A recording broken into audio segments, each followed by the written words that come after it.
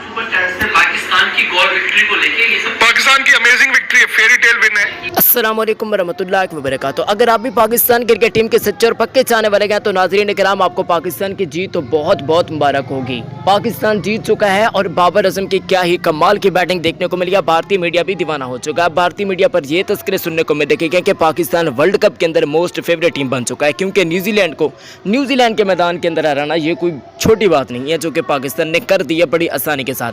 पाकिस्तान की बॉलिंग और बैटिंग दोनों कमाल की आज देखने को मिली है। गो कि शान मसूद और रिजवान नहीं चले, मगर आपको ये भी बताते चलें कि फ़खर जमान की भी वापसी हो सकती है वर्ल्ड कप के अंदर। तो ऐसे में पाकिस्तान की टीम मज़ीद मजबूत हो जाएगी। और अभी नसीम शाह ने भी आना बाकी है, शाहीन शाह ने भी आना बाकी है, पाकिस्तान के दो मेन बॉलर्स ने भी आना बाकी है। ऐसे में 3-4 पाकिस्तान मोस्ट सीनियर खिलाड़ी जब आएंगे तो पाकिस्तान की टीम मज़ीद मजबूत हो जाएगी। तो पाकिस्तान के जीतने के अब चांसेस काफ़ी ज़्यादा रोशन है। ऑस्ट्रेलिया के अंदर पाकिस्तान अच्छा परफॉर्म कर सकता है, ऐसी पिचेस पर पाकिस्तान परफॉर्म कर सकता है। न्यूजीलैंड और ऑस्ट्रेलिया की पिचें थोड़ी सी सिमिलर हैं अगर आप गौर से देखें, तो ऐसे में पाकिस्तान की यह परफॉर्मेंस पाकिस्तान टीम के लिए अच्छा शगुन है।